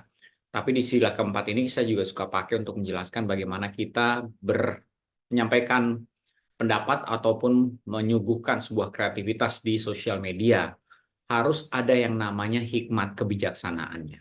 Keresahannya juga mewakili bukan cuma pendapat pribadi, tetapi mewakili sesuatu yang lebih objektif, yang bersama, yaitu kerakyatan. Jadi kalau kita mau bersuara, pastikan itu jangan cuma sekedar emosi subjektif, tapi bukalah diri dengan berbagai macam info atau berusaha melihat juga satu problema itu dari sisi yang sebelah sananya. Ya kan contohnya banyak ya. Kalau kita terlalu cepat bereaksi atau meresponi sesuatu, akibatnya kita yang bisa terpaksa harus ketika sesuatu itu tidak terbukti, kita yang terpaksa harus mengucapkan permintaan maaf atau mengkoreksinya, seperti yang terjadi baru-baru ini dengan kasus pemukulan anjing ya, misalnya kayak gitu. Itu salah satu contoh yang kita bereaksi dengan cepat, meresponi sesuatu dengan cepat. Nah, ini berbahaya. Kita lihat lagi sebelum kita meresponi atau buat konten. Kalau konten kreator kan salah satu strateginya memang adalah riding the wave ya, apa yang lagi happening mereka buat kontennya. Cuman balik lagi, itu pun juga tetap harus kita punya filter sendiri. Perlu nggak sih saya kasih panggung konten seperti ini? Misalnya seperti itu ya. Dampaknya bagus nggak? Apa yang mau saya bahas ini untuk masyarakat bermanfaat nggak? Atau saya hanya memikirkan diri saya sendiri supaya platform saya berkembang? Jadi manfaat itu memang ada dua. Ada yang manfaat untuk kita, ada juga manfaat untuk orang banyak. Nah, kalau untuk orang banyak, ini lagi dibagi lagi nih. Ada yang followers yang sudah following kita, ada juga untuk followers yang belum following kita. Nah, kalau kita fokusnya ke nomor 2 terus nih ya, untuk kalau fokusnya untuk diri kita aja sudah berbahaya tuh. Sudah tidak ada filter, sudah filternya sudah kurang tepat. Dari hikmat kebijaksanaan karena kita lebih memikirkan apa yang menguntungkan kita dibandingkan apa yang menjadi manfaat bagi orang banyak. Lalu yang berikutnya, kita kan suka lebih memikirkan gimana caranya supaya nambah followers. Kita nggak pernah, jarang banget kita berpikir gimana caranya supaya followers yang ada merasa semakin bermanfaat following saya nih.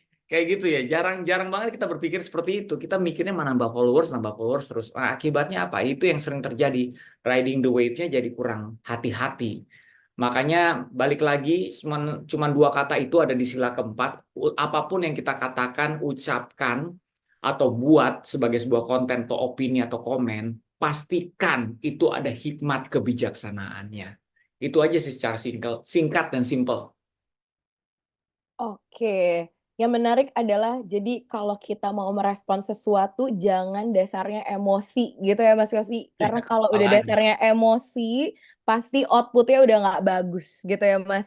Nah, di G-Friends ini kita seru banget diskusi pada sore hari ini, namun Mas Yosinya ada kegiatan abis ini gitu ya Mas Yosi ya, jadi nggak Ya. bisa ikut lebih lanjut. Mungkin, sebelum Mas Yosi meninggalkan, link Zoom gitu, ada closing statement dulu nggak nih dari Mas Yosi sebentar? Ya, minta maaf terlebih dahulu teman-teman karena ini hari Jumat, saya mesti jalan dari rumah, jadi mengerti dan tahu karakteristik perjalanan yang macet di hari Jumat sore, jadi saya mesti jalan sekarang. Tapi anyway, terima kasih sudah mengadakan dan mempercayakan saya juga untuk berbicara soal budaya digital. Sebenarnya sesederhana ini sih untuk menghadirkan budaya digital dalam ruang digital, yaitu budaya yang kita kenal dan kita terapkan dalam kehidupan kita sehari-hari. Itulah yang coba kita adaptasikan ke dalam budaya digital. Rasa hormat, rasa menghargai orang lain adalah sangat sederhana, merupakan sebuah kepedulian yang ada di setiap manusia. Kalau kita ingin dihormati, hormatilah orang lain. Kalau kita ingin dihargai, hargailah orang lain. Hadirlah dalam ruang digital sebagai pribadi-pribadi yang bisa bertanggung jawab. Itu nomor satu sih kuncinya untuk budaya digital ini bisa diwujudkan. Terima kasih Oke. semuanya. Semoga bermanfaat. Saling menghormati gitu ya Mas Yosi. Nah, sebelum Mas Yosi pergi juga kita baiknya kayaknya foto dulu ya Mas Yosi ya bareng-bareng. Mungkin, Mas Teguh dan teman-teman Kominfo boleh dibantu.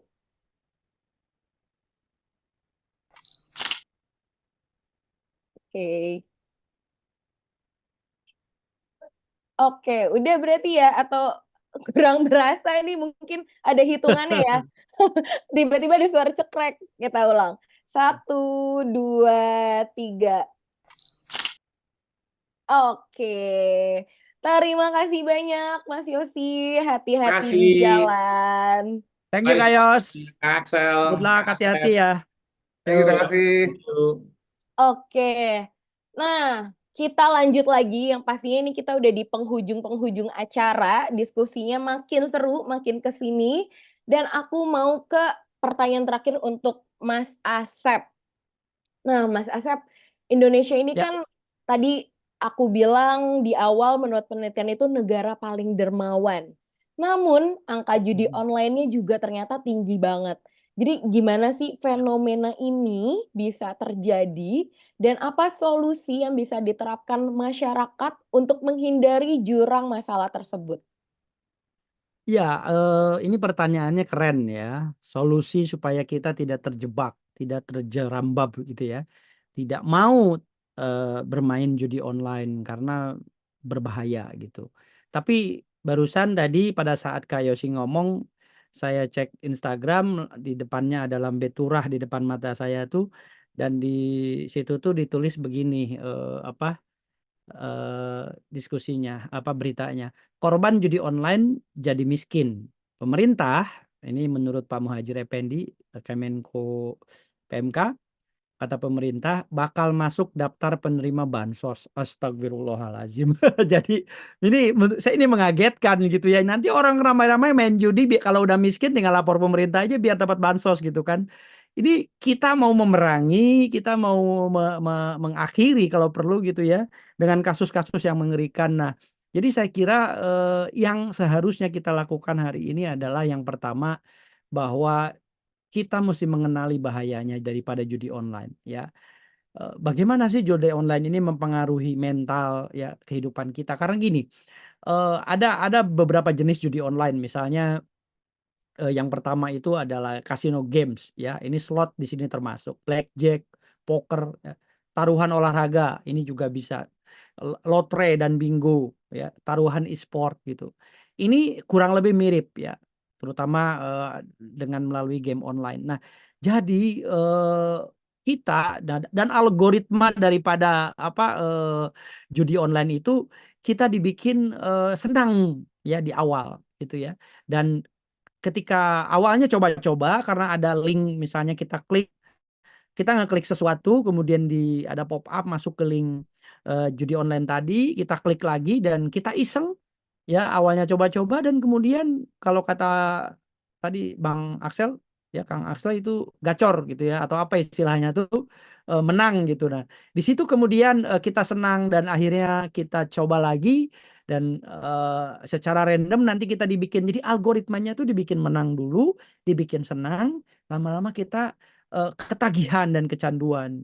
Nah, dan kita berpikir bahwa judi online ini adalah jalan pintas, sehingga solusi pintas gitu ya untuk soal keuangan terutama, karena eh, mengadu nasib gitu ya, mencoba peruntungan gitu istilahnya itu.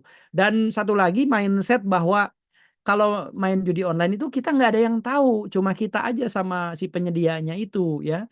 Jadi dianggap lebih private gitu. Itu yang akhirnya orang berani main judi online gitu. Nah, padahal kredensial data kita semuanya juga akan masuk karena kita harus masukin nomor rekening dan lain-lain gitu. Nah, eh, bagaimana sih supaya kita nggak terjerambab gitu? Yang pertama kita menghindari dulu ya, mengenali dulu judi online bahayanya seperti apa.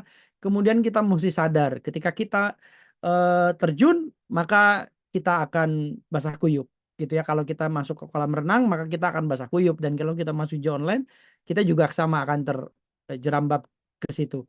Dan eh, yang mesti dilakukan oleh kita adalah mengatur waktu kita ya, mengatur keuangan kita dengan ketat. Jadi kalau mungkin banyak orang tua gitu yang terjebak karena ada uang sedikit, dicoba peruntungan di sana, akhirnya menang, kemudian terjebak terus menerus, dan sudah banyak kasusnya yang menurut saya sangat mengerikan ya dampaknya gitu. Kemudian harus dicari alternatif yang lain, aktivitas. Karena kalau kita lagi-lagi dengan ini persoalannya karena kita selalu tiap hari ini menggunakan gadget ya, dan gadget itu rawan sekali menggelincirkan kita. Yang tadinya misalnya kita mau kerja ambil HP, kita lihat sosmed dulu, malah kelamaan di sosmed. Itu juga kesalahan ya, kekeliruan sebenarnya. Ya, akhirnya kita jadi lupa kita mau ngapain. Itu saya sendiri sering kayak gitu ya.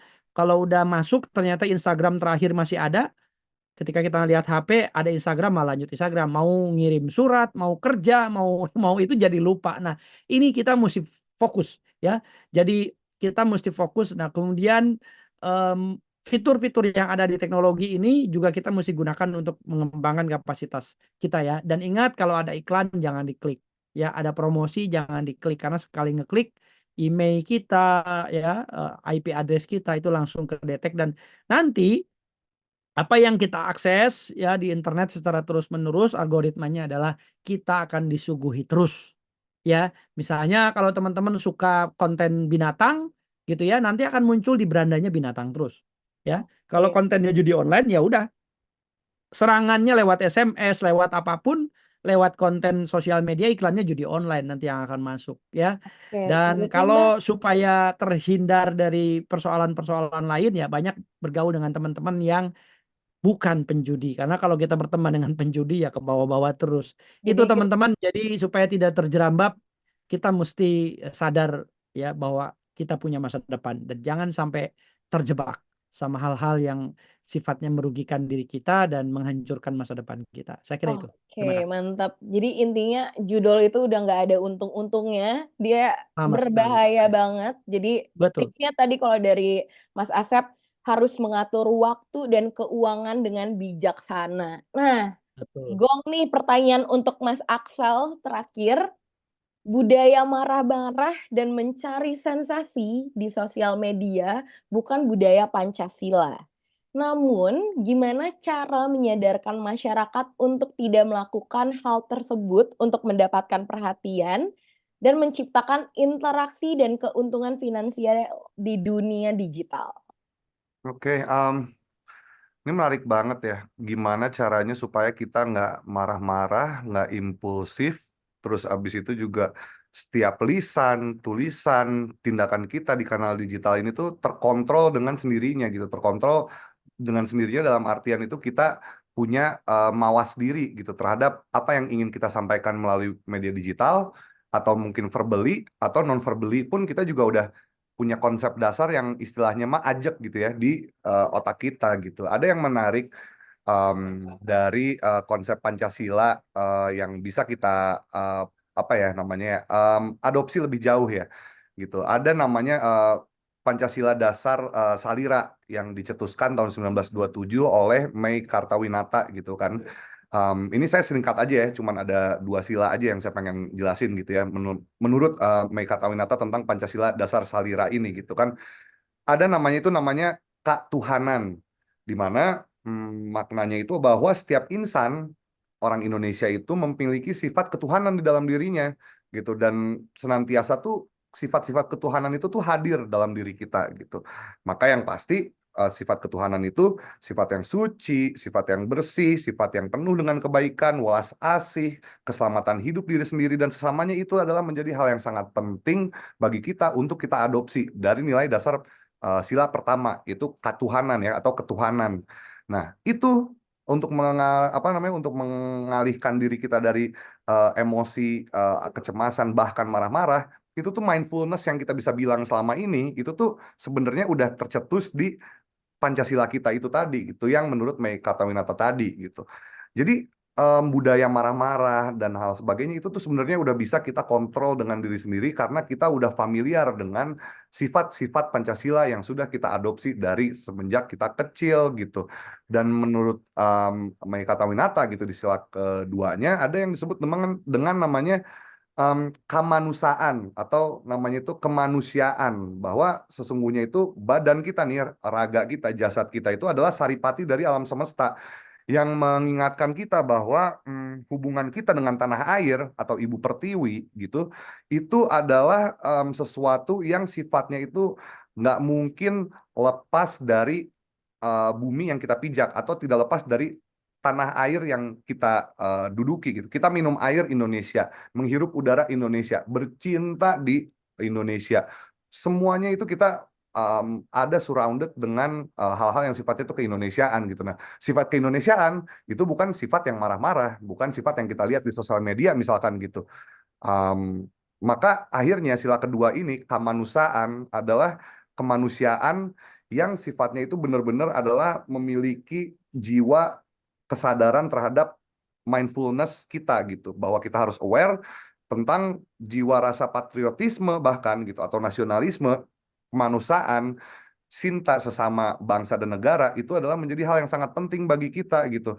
Dan akhirnya menurut saya jika kita ingin melakukan ekspresi ya, tindakan yang sifatnya itu adalah tadi ya, lisan, habis itu mau ngetik gitu di sosmed, di ruang digital, atau mungkin mau berbicara verbal gitu, itu tuh tindakan-tindakan itu tuh selalu harus berdampak positif bagi lawan bicara kita, atau lawan main kita di game online, atau teman-teman followers kita gitu. Jadi segala macam bentuk diskusi kita, segala macam bentuk aktivitas kita di ruang digital, itu pasti tidak akan lepas dari apa yang namanya tadi kemanusiaan dan ketuhanan gitu. Dari sila 1 ke 2 aja tuh kita udah sadar bahwa Pancasila ini memang multi layer, relevansinya itu multidimensi dan multigenerasi. Jadi kita harus sadar bahwa Pancasila itu bisa menjadi salah satu hal, konsep dasar yang paling utama buat teman-teman semua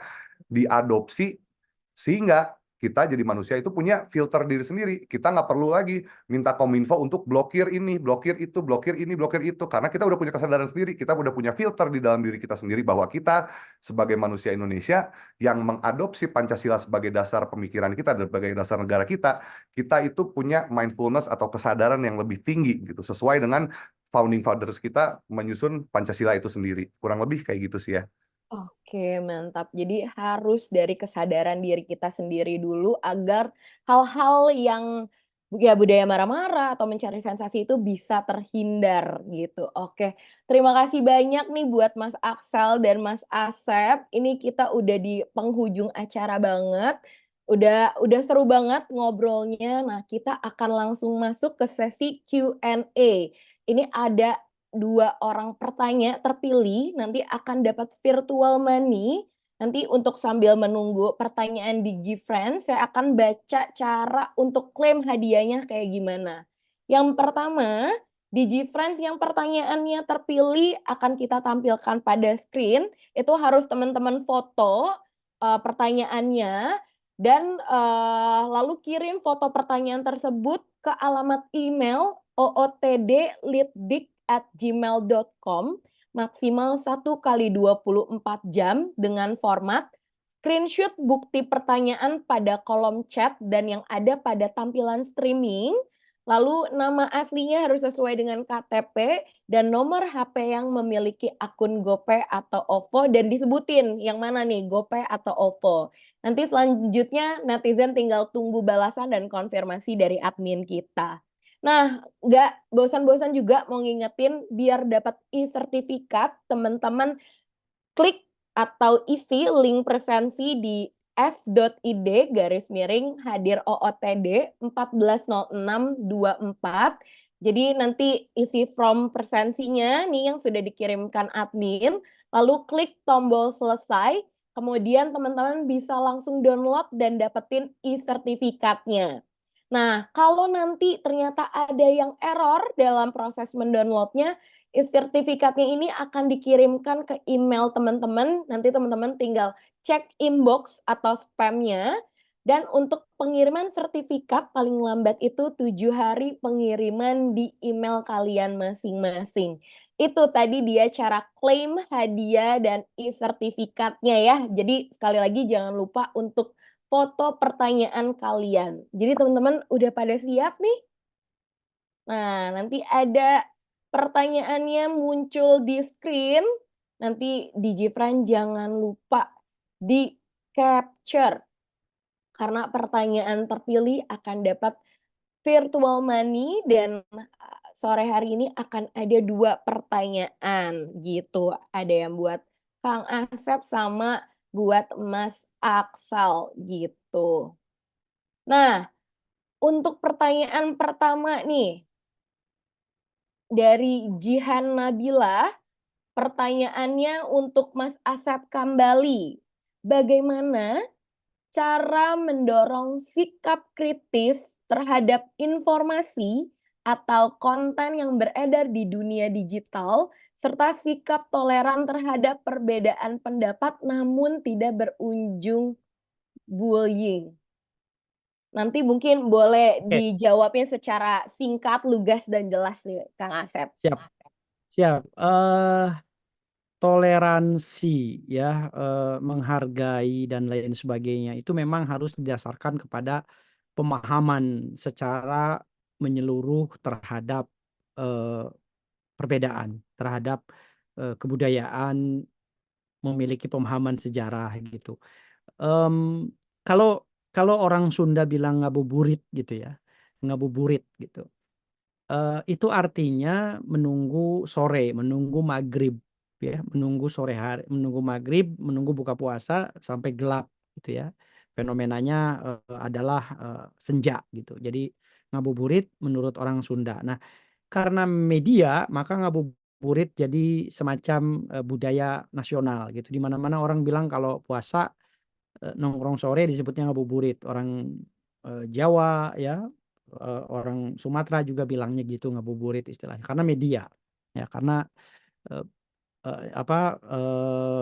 publikasi. Nah, tapi menurut orang Banjar ngabuburit itu berarti ngadu pantat gitu ya. Karena burit dalam bahasa Kalimantan, Banjar terutama suku Banjar itu adalah pantat gitu. Nah, bayangin teman-teman, perbedaan budaya ini kuat sekali di Indonesia. Jadi kalau kita nggak paham satu sama lain, ini yang akan bikin ujungnya nanti saling menghina, berantem karena kita nggak kenal.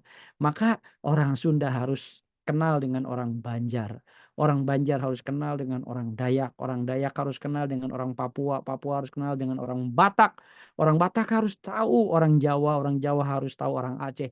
Kita harus kenal satu sama lain supaya tidak terjebak pada bullying, pada menghina dan seterusnya. Jadi kan mengenali satu sama lain, kita akan tumbuh rasa menghargai. Jadi kalau di mana bumi dipijak, di situ langit dijunjung. Jadi kalau kita nanti ke orang Sunda, nanti ke Banjar, hati-hati ngomongin burit ya. Karena kalau orang Sunda itu bilang bujur ya, kalau kita ke Kalimantan nih, ke Banjar, nanti orang Banjar bilang kalau kita berbuat sesuatu dan atau kita ngejawab sesuatu benar, maka kata orang Kalimantan bujur.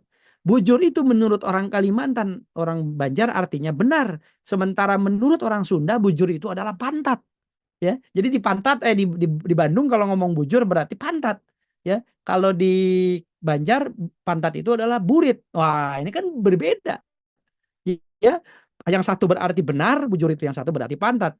Ya, dan itulah perbedaan. Nah, makanya di sini teman-teman kita mesti literasi kita mesti kuat membaca, ya, belajar sejarah dan budaya.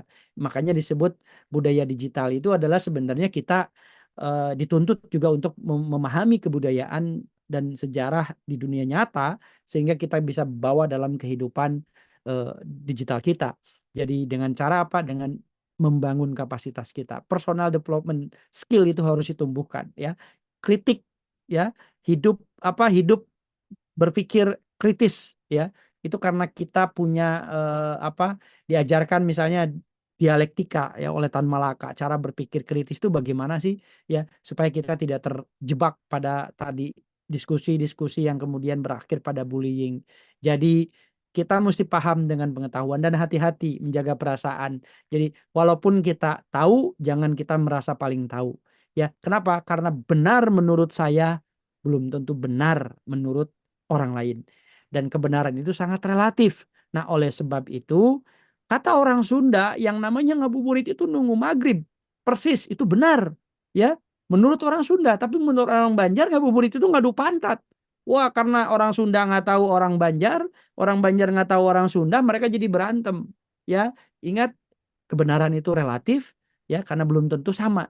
Oleh sebab itu kita mesti paham lawan kita, bicara kita, Oke. dan di dunia digital itu Dan kita belum iya Kang. tahu berhadapan dengan siapa gitu. Nah, kita mesti tahan diri dulu nih, jangan merasa paling tahu dan kemudian kita menggurui. Hati-hati. Ya, Mantap Kang Asep, perbedaan bahasa itu ternyata signifikan banget ya. Jadi ya, harus literasi berbahasanya juga teman-teman harus ditingkatkan. kuat. Betul. Betul. Nah, pertanyaan buat Kang Axel nih, buat Mas Axel dari Siap, siap. Ita Fibrianti. Pertanyaannya, bagaimana menjaga karakter dan integritas anak yang saat ini banyak berinteraksi dalam internet dengan berbagai orang yang memiliki latar budaya yang beragam dari yang positif hingga negatif? Dan bagaimana akhlak terpuji semakin terpupuk di tengah pengaruh teknologi yang tak bisa dibendung dampak negatifnya. Mungkin menarik banget nih pertanyaannya Kang Axel. Ya, jadi supaya kita itu buat anak ya, terutama ya, aduh saya lagi mau nikah nih, belum ngerasain punya anak gimana, tapi saya punya adik yang masih kecil ya, gitu kan, ngelihat bahwa ruang digital ini adalah sebagai ruang yang sangat apa ya, kita kayak masuk ke hutan gitu, bisa kita tiba-tiba ketemu tupai yang baik gitu, bisa kita tiba-tiba ketemu macan gitu. Nah, kalau misalkan tadi gara-gara apa, karena Kang Asep tadi banyak ngomong bahasa Sunda gitu, jadi saya kangen ya sama apa yang ada di Sunda tuh. Ada lagunya Doel Sumbang tuh, jadi kayak genah merenah turtu maninah. Jadi genah genah itu tuh nyaman, enak gitu ya. Terus habis itu merenah itu seneng gitu. Terus habis itu tuma ninah itu uh, woles gitu ya, jangan terburu-buru gitu. Jadi intinya adalah ruang digital ini harus menjadi ruang yang genah, harus menjadi ruang yang enak, nyaman gitu. Harus juga jadi ruang yang merenah, harus menjadi ruang yang menyenangkan, harus juga yang jadi ruang yang tumak ninah. Tumak ninah ini apa nih? Nah, masuk ke dalam ranah artinya filter. Filter di mana akhirnya kita jangan terburu-buru menyerap apa yang ada, informasi yang ada di dunia digital gitu. Ada satu penulis namanya itu Jonathan Haidt ya, yang menceritakan tentang Anxious Generation. Anxious Generation dalam buku itu tuh ada satu quotes yang menarik, topiknya itu membahas tentang bahwa uh, ada namanya itu daily dose of media consumption. Nah, jadi intinya adalah kalau waktu zaman COVID itu tuh kan kita waktu itu banyak tuh katanya, oh supaya nggak kena COVID kita harus banyak vitamin D. Akhirnya ada tuh vitamin D 1000 IU, 500 IU, bahkan 10.000 IU gitu. Dosisnya tuh tinggi, makin gede katanya. Nah, semakin gede dosis untuk vitamin itu tuh tidak juga melulu akan menjadi lebih baik loh buat manusianya. Bahkan bisa jadi katanya bahaya ke ginjal, bahaya ke ini. Jadi terlalu banyak vitamin, dosis vitamin aja itu tuh bisa jadi membahayakan gitu. Nah, bagaimana akhirnya dosis menggunakan sosial media atau menggunakan media digital ini itu tuh nggak ada indikasi, nggak ada indikatornya nih gitu. Sebagaimana gitu kita bisa overdosis menggunakan sosial media ini, dampak negatifnya tuh apa? Nah, kalau kita bicara menurut si Jonathan Haidt itu tadi gitu ya, kalau kita ngomongin dosis berarti kan ada dampak. Nah, kita nih nggak tahu bagaimana akhirnya dampaknya ini seperti apa gitu, terutama untuk anak-anak kecil gitu, untuk anak-anak balita kita gitu menggunakan sosial media. Akhirnya penggunaan gadget gitu ya terhadap anak-anak gitu ya, itu juga harus bisa dibatasin sih sebetulnya orang-orang tua gitu. Jangan sampai akhirnya mereka cari HP untuk nonton apa sih Cocomelon gitu misalkan, untuk nonton jadi untuk nonton apa Marsha and the Bear misalkan gitu kan. Jadi jangan dibiasakan anak-anak balita itu untuk mereka terbiasa dengan gadget. Toh nanti mereka pun akan menggunakan itu. Kan tadi saya udah bilang di awal bahwa percepatan teknologi itu adalah sebuah keniscayaan, sesuatu yang inevitable gitu. Itu tidak bisa dihindari. Jadi akhirnya kalau kembali lagi tadi kita ngomongin tentang dosis gitu ya. Ya dosisnya kalau bisa kita pelan-pelan perkenalkan anak-anak balita itu tentang bagaimana akhirnya menggunakan sosial media itu mungkin pelan-pelan, step by step gitu. Mungkin yang cuman harusnya digunakan dari 7 hari 24 jam gitu, ya bisa aja mungkin cuman 2 hari pada saat weekend mereka boleh menggunakan gadget untuk mengakses ya itu tadi ya YouTube lah apa dan bagaimanapun juga sekarang udah banyak terms of condition di misalkan kayak YouTube gitu, ada YouTube Kids, Netflix Kids, Disney Kids gitu kan. Itu ya ada cara-cara si platform digital sosial ini tuh mereka untuk memfilter supaya anak-anak anak-anak kecil atau anak-anak balita itu bisa menjadi parents supaya orang tua itu bisa memilih konten mana yang cocok bagi anak-anak mereka gitu, dan bagaimana akhirnya parental guidance untuk anak-anak itu juga dipermudah sekarang dengan ada akses itu tadi gitu ya, ada YouTube Kids dan lain sebagainya. Tapi again konsumsi sosial media itu dosisnya kita tidak tahu seberapa parah, seberapa banyak itu bisa memberikan direct effect terhadap perkembangbiakannya anak balita gitu. Jadi mohon hati-hati gitu buat teman-teman hadirin semua yang ada di sini gitu, yang punya balita, punya anak-anak, jangan sampai mereka itu overdosis konten sosial media atau overdosis digital, karena itu tadi kita tidak tahu tuh gimana akhirnya nanti si dunia digital ini tuh punya direct effect terhadap perkembangan pemikiran kognitif mereka gitu. Itu kan sangat bahaya gitu. Dan itu belum tahu kita bagaimana. Tapi tetap awareness dan perhatian orang tua itu menjadi hal yang penting karena kita Oke. punya kontrol terhadap itu. Oke, berarti memang dibutuhkan peran penting dari orang tua gitu ya, Mas Aksel ya. Oke, udah 2 pertanyaan sudah dijawab dan pastinya kita makin luas wawasannya. Dan setelah sesi tanya jawab ini, berikut kita tampilin ulang 2 pertanyaan terpilih yang mendapatkan hadiah virtual money. Nah, ini boleh teman-teman screenshot dan jangan lupa nanti teman-teman yang terpilih pertanyaannya itu dikirimkan ke email ootdelitdik@gmail.com maksimal 1 kali 24 jam. Oke, sudah di-screenshot? Nah, kita masuk ke segmen berikutnya nih. Nah, kan kita udah panjang banget ngobrolnya dan seru banget. Nah, kali ini kita simak closing statement-nya dari para narsum kita yang keren ini. Mungkin boleh closing statement-nya singkat aja gitu, mengingat waktunya sudah sangat terbatas, mungkin boleh langsung ke Mas Asep. Ya, saya kira teman-teman hidup kita ini mungkin tidak akan berarti kalau kita tidak melakukan sesuatu yang memiliki arti. Nah, maka lakukanlah hal-hal positif, tebarkanlah hal-hal positif, ya, bangun kapasitas diri dan gunakan teknologi yang ada itu untuk membangun diri kita menjadi lebih baik.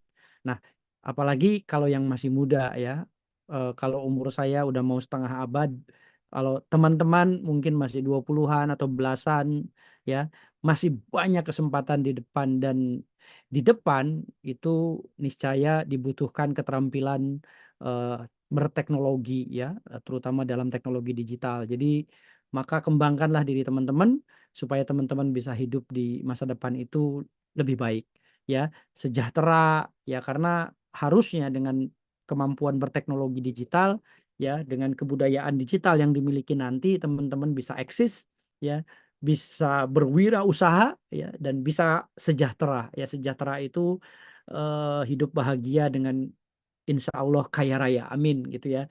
Hati-hati karena keamanan digital akan selalu menyertai ya. Jadi apapun naik kendaraan pasti ada bahayanya. Main teknologi juga ada bahayanya. Nah, kita mesti kenali faktor-faktor resikonya. Bahaya apa yang akan ditimbulkan dari kita menggunakan gadget. Maka berperilakulah yang baik supaya tidak mengundang orang jahat gitu ya. Jadi kalau sudah berperilaku baik, menjaga hal-hal yang baik, semuanya baik, insya Allah hasilnya pun akan baik ya. Saya kira itu, jadi gunakan teknologi dunia digital kita, HP kita dan semuanya itu di jalan-jalan yang baik, insya Allah akan baik. Dan saya doakan teman-teman hidup di dunia digital itu nanti lebih baik, sejahtera ya.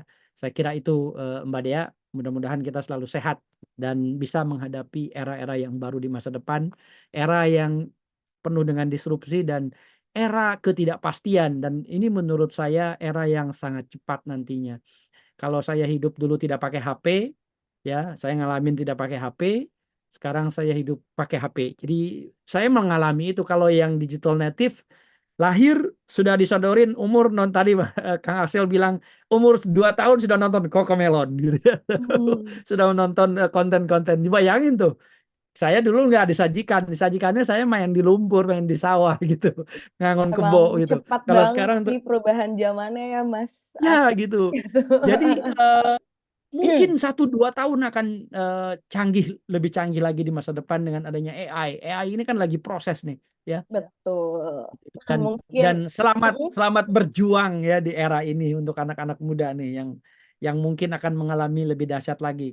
Kalau saya sih berharap Mbak Dea ya 2045 usia Republik ini 100 tahun saya masih sehat, karena usia saya udah 65 nih Mas Kang Axel gitu ya. Udah sepuh gitu di 2045. Mudah-mudahan, Kelihatan amin tapi amin. Kang. Amin, Gitu semoga ya. kita semua sehat selalu. Terima Amin kasih amin banyak amin. Kang Asep. Nah, mungkin Sama-sama. langsung aja Makasih. nih closing statement dari Mas Axel. Oke. Oke, mungkin closing statement gini sih, kita dari Youth Lab, kita bersama anak muda, bersama-sama untuk kita coba menghadapi masa depan yang kita sebut dengan disturbing times. Disturbing times dalam artian gini gitu, era ketidakpastian. Nah, kita di Youth Lab bersama teman-teman di sini mencoba mengencourage anak-anak muda supaya mereka itu tidak dianggap bahwa generasi anak muda ini adalah generasi yang mentalnya itu mental tempe gitu. Enggak, kita tuh adalah generasi yang penuh potensi. Kita ini adalah generasi yang memiliki banyak sekali karakteristik yang banyak bisa digali oleh berbagai macam generasi gitu. Karena ke depan tahun 2045 Indonesia Emas ini adalah akan diisi oleh generasi-generasi yang mungkin saat ini masih mengenyam pendidikan SD, SMP, SMA, atau bahkan belum lahir gitu. Nah, jadi kita dari Youth Lab mengajak teman-teman semua audiens di sini untuk sesuai dengan tagline kita, Reimagine Generation, untuk terus berimajinasi positif tentang bagaimana nanti ke depan anak muda Indonesia akan menjadi leading subject untuk Indonesia menjadi Golden Age atau Indonesia Emas 2045 diisi oleh anak-anak muda yang emas gitu. Jadi tidak hanya old but gold, tapi young and gold itu mungkin. Young and Gold. Oke, terima kasih banyak buat Mas Axel dan Kang Asep. Ini saatnya kita berada di penghujung acara. Sekali lagi mau diumumkan dulu agar DigiFriends tidak lupa untuk mengisi link Persensi mengenai acara hari ini dengan cara klik link Persensi s.id hadir OOTD 140624, dan berikut kita tampilin barcode yang ini teman-teman bisa scan. Ini bisa diisi form Persensi atau survei, lalu klik tombol selesai. Kemudian kamu bisa langsung download dan mendapatkan e-sertifikat. Tapi kalau error dalam proses mendownloadnya, e-sertifikat akan dikirimkan ke email kamu, teman-teman cek di inbox atau spam. dan untuk pengiriman paling lambat 7 hari di email kalian masing-masing, gitu.